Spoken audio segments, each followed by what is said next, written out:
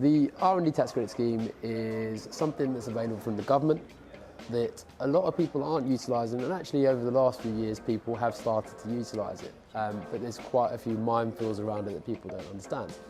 The reason it started was because the government saw it as an incentive where businesses who were taking the right approach in terms of being innovative or doing something out of the norm and taking risks, what it allows businesses to do is to take on more staff, or even better, take on more riskier projects. And as you can appreciate, by taking on more riskier projects, it allows us to innovate. So that's the reason behind the scheme, and I think that's lost sometimes. What is the SME scheme and how does it work and how does it compare to RDEC? Ultimately, this scheme is about how much money have you spent on R&D. Your turnover isn't always relevant. You could be a company that hasn't yet turned over a penny, and if you're spending lots on R&D, you're going to be a very good beneficiary for it. For every £1 that you've spent on R&D, you're going to get anywhere between 18 and 33p back, depending on whether you're in a profit or loss position.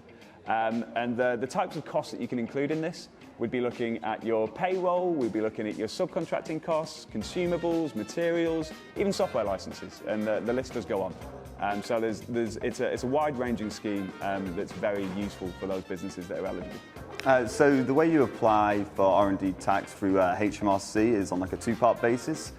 First part is with a technical report, which basically explains some of the work you've been doing, what elements the R&D are. And then the second part is the financials, and basically that's where we work out how much money you're getting and how much money you've spent on doing the technical side of things.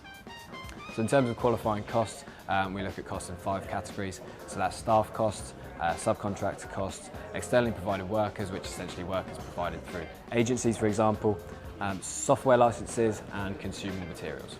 Ultimately, we'll just work to your timelines. To apply, I would recommend you come to us here at Bottom & Brook.